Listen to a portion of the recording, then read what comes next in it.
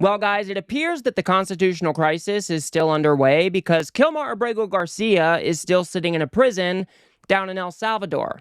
Now, we know last week, Chris Van Hollen, the senator from Maryland, actually traveled down to El Salvador to do a sort of wellness check of sorts. And we didn't initially think that they were going to be able to make any contact with Mr. Garcia. But at the very last minute, the El Salvadoran government called up and they were actually able to arrange a meeting. Now, we didn't have too many details about how that meeting went down when Chris Van Hollen was still in El Salvador. But now that he has traveled back to the States and given a couple interviews and done a couple press conferences, we have a pretty good idea of what actually went on there. So let's go ahead and take a look at one of these press conferences with Chris Van Hollen. And here he is describing how him and the lawyer he was traveling with were actually pulled over by the El Salvadoran military. If you guys do appreciate my work, please do remember to subscribe. I decided to give it another try by driving to Secot. Secot is the notorious prison where Kilmar was taken when he was abducted. I was accompanied by a lawyer for Kilmar's wife Jennifer and mother Cecilia, Chris Newsom. About 3 kilometers outside of Secot, we were pulled over by soldiers.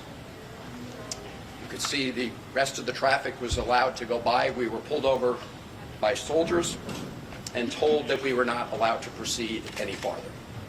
When I asked why, I was told that they had orders not to allow us to go any further. When I asked them if they knew anything about the condition of Mr. Abrego Garcia, they said no. Now, I absolutely think it was the right thing to do for Chris Van Hollen to travel to El Salvador to see if he could get some FaceTime with Mr. Garcia, but to find out that he was pulled over by the military of El Salvador at Bukele's request is quite shocking. I'm really wondering if there was any coordination between the Trump administration and the Bukele administration to make something like this actually happen. Because the crazy part about the whole thing is that on the very same day that Chris Van Hollen was trying to meet with Mr. Garcia at Secot, the terrorism center that he is being kept at, well, a Republican congressman from the United States was touring their facilities. So you've got Republicans in there doing their media rounds, doing their propaganda tour in the terrorism center. All the meanwhile, you've got Chris Van Hollen trying to check on somebody, and he's being pulled over by the El Salvadoran military. Now, here's where things get a little bit twisted, because as you guys probably know, the Trump administration has been doing their best to try to demonize Mr. Kilmar Abrego Garcia. But it also looks like the Bukele regime, who Trump is contracting to hold these so-called prisoners, well, it seems like they're working in concert with the Trump administration to also demonize this man. Let's go ahead and listen to Chris Van Hollen explain this whole Margarita story. About what I would call Margarita-gate. I don't know if you guys have been following this, but President Bukele, after I met with Kilmar, did this tweet showing us at a table with these 2 glasses. So here's what happened. When I first sat down with Kilmar, we just had glasses of water on the table. I think maybe some coffee. And as we were talking, one of the government people came over and deposited 2 other glasses on the table with ice, and I don't know if it was salt or sugar around the top, but they look like margaritas. And if you look at the one they put in front of Kilmar, it actually had a little less liquid than the one in front of me, to try to make it look, I assume, like he drank out of it. Let me just be very clear. Neither of us touched the drinks that were in front of us. And if you want to play a little Sherlock Holmes, I'll tell you how you can know that. Now, Chris Van Hollen goes on to say, well, if you check the rims of the cups, you'll notice that the salt or the sugar wasn't missing, which goes to show that these drinks weren't touched by either Van Hollen or Kilmar Abrego Garcia. But this is quite shocking, folks. You've got an authoritarian regime in Bukele who is ordering his government officials to go place margaritas on the table, all so they can do their exercise in propaganda and make it look like Kilmar Abrego Garcia is just having a good old time down in El Salvador. This is twisted stuff. This is what authoritarians do. They try to control the narrative by posting these outrageous things to try to make it either look like Kilmar's having a good time. If you're the Trump administration, you're trying to paint Kilmar Abrego Garcia to be the worst person in the world, posting altered photos about the tattoos on his hands, trying to say that, oh, he's involved in human trafficking, he's a gangster, he's a criminal. Oh, you bring up other unrelated cases of people who are actually killed by an undocumented immigrant. You try to tie them together with Kilmar Abrego Garcia's name, all because the Trump administration doesn't want to admit that they actually made a mistake here, even though their own lawyer went into court and said that it was a mistake that we deported Kilmar Abrego Garcia. This is all an exercise in propaganda. And it seems like the Trump administration and Bukele are kind of working in tandem there to try to craft this narrative for the American people. And it's our job here in the United States to point this crap out, show people what it is, and make sure that they're not falling for this crap. The Trump administration could just do the right thing and facilitate the return of Kilmar Abrego Garcia to the United States like the Supreme Court told them to do, but instead, they're playing games like this. And Chris Van Hollen goes on to say, I mean, this is how far authoritarians are willing to go. But this is a lesson into the lengths that President Bukele will do to deceive people about what's going on. And it's also shows the lengths that the Trump administration and the president will go to, because when he was asked about a reporter about this, he just went along for the ride. So the White House and the president have been lying about this case from the beginning. They've been trying to change the subject from the beginning. As I said, and the courts have said, from the Supreme Court to the Fourth Circuit to the District Court, what this is about is adhering to the Constitution, to the right of due process. And that's why we say, bring Kilmar home, so he can be afforded his rights under the Constitution. That's what this is about. Now, he is exactly right about this. And he actually went on in one of the Sunday interviews to say, I'm not vouching for the man. I'm not vouching for Kilmar Abrego Garcia, the man. I'm saying that he needs to be afforded his due process rights like every other person in this country is entitled to. Without due process, guys, they can round up anybody they want to and then ship them off to a faraway land. And then they can play stupid like, oh, well, I don't have the power to get them back. They're in somebody else's jurisdiction. There's nothing we can do. That is unacceptable in the United States. If you give the government the power to take away people's freedom by putting them in jail, you also have to afford that due process right. Because if the government comes up to me and makes an accusation that I'm in a gang, that I've committed a crime, that I've done this or that, I need to be given legal recourse to prove my innocence. That is the fundamental pillar of a free society. Otherwise, you just have an authoritarian regime going around and rounding up anybody that they want to and shipping them off to a gulag down in El Salvador. So it's not about Kilmar Abrego Garcia, even though it does appear like he has done nothing wrong. It doesn't look like he's committed any crimes. It doesn't look like he has any gang affiliations because the Trump administration hasn't been able to provide any of that evidence in court. But that's neither here nor there, guys. It's about the due process. Was Kilmar Abrego Garcia given his due process to refute the government's claims against him? And we know that he wasn't. The Supreme Court came out and said that he is afforded due process. You need to facilitate his return to the United States. That is what this is about. That's what we have to keep on pushing. Because if they can do this to somebody they don't like, somebody like Kilmar Abrego Garcia, who is a legal resident but not a citizen in the United States, who is to say that they're not going to start doing this to American citizens, which is what Donald Trump is already promising to do, saying we're going to get rid of the homegrowns next. This is why it is so important to stand up on this issue. It is about the due process rights that every single person in this country is afforded. Let's go ahead and move on to him being asked whether or not Kilmar Abrego Garcia showed any signs of abuse. Can you talk about pressure to let you visit him? This health, his well-being, if you sense, get any indication that you've been I did not get that sense.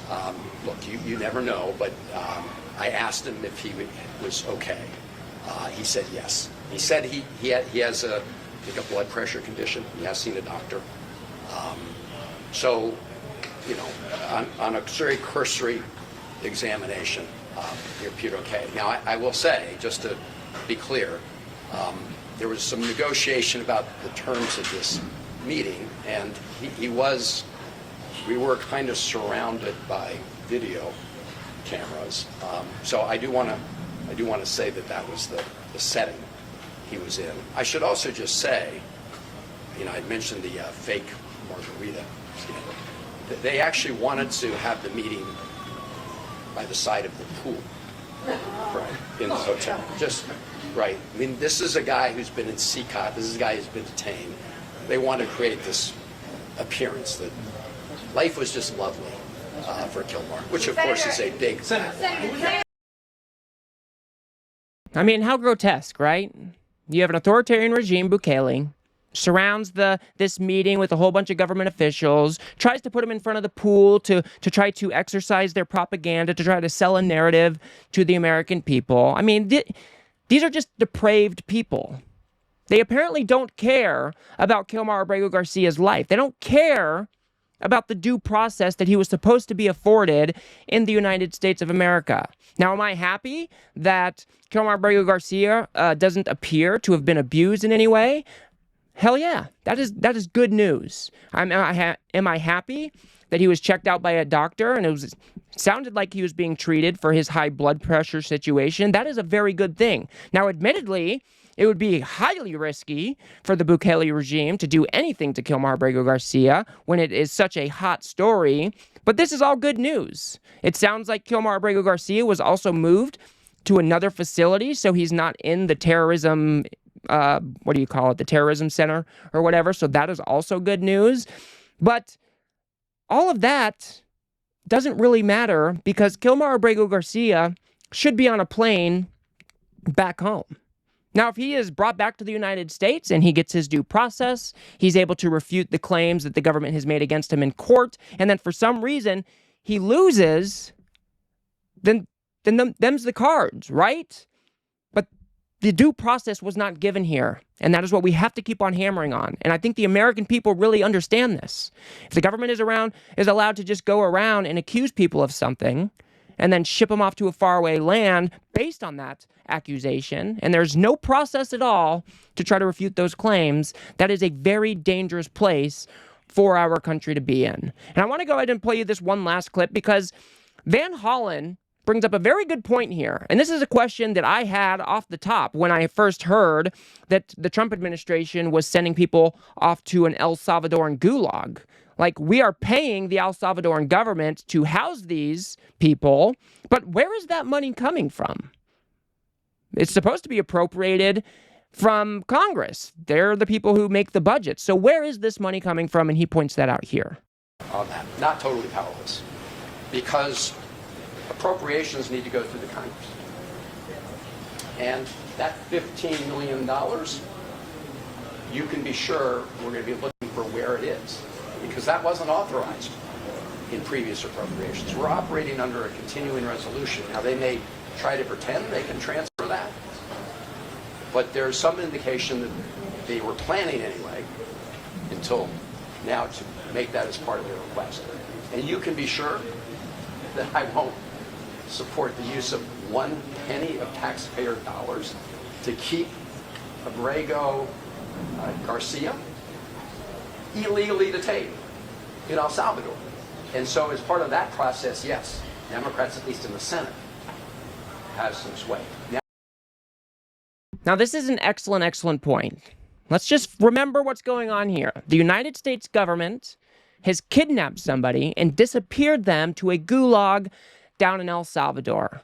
And even though the Democrats are not in power, they're not in the majority in either house of the Congress right now, why in the world would they vote on anything that gave money to this draconian program?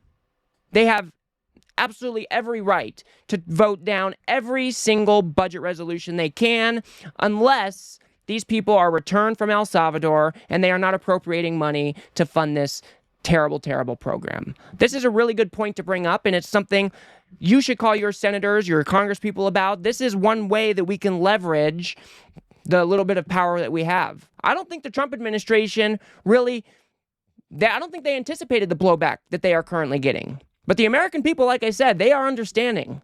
You didn't give this guy any due process. He doesn't appear to be a part of a gang. He doesn't appear to be a criminal. He's a very sympathetic case in that regard. And the American people understand, like, we can't be doing this in America. We can't just be pulling people off the streets and disappearing them to a faraway land. That is absolutely insane. So call your House member, call your senator, and tell them to vote down every single bill that has any funding for El Salvador. That is one way that we can leverage this situation, and we need to keep on making noise about how the Trump administration is stripping due process rights away and shipping people off to gulags down in El Salvador. We have to continue to fight back against this. This is, like Cory Booker said, we are in a moral moment right now, and it's just absolutely terrifying that this is what the United States government is doing. So let's continue to make noise about this case. Hopefully, Kilmar Abrego Garcia is one step closer to being with his family again, but keep on making noise and fighting back against this authoritarian regime. I will leave it there for now, guys. If you guys got anything out of this video, please do remember to smash that like button and subscribe. Maybe share with a friend or two. I'd very much appreciate that. We are trying to build something here on the left that adequately pushes back against the right-wing media ecosystem that just shovels all of this fascist nonsense for Donald Trump every single day. So if you do like what I do here, please do remember to smash that subscribe button. It is free. And if you guys want to see the insane meeting between Bukele and Donald Trump in the Oval Office, go ahead and watch that video on the screen now. It is absolutely insane. Otherwise, I'll see you guys on the next one.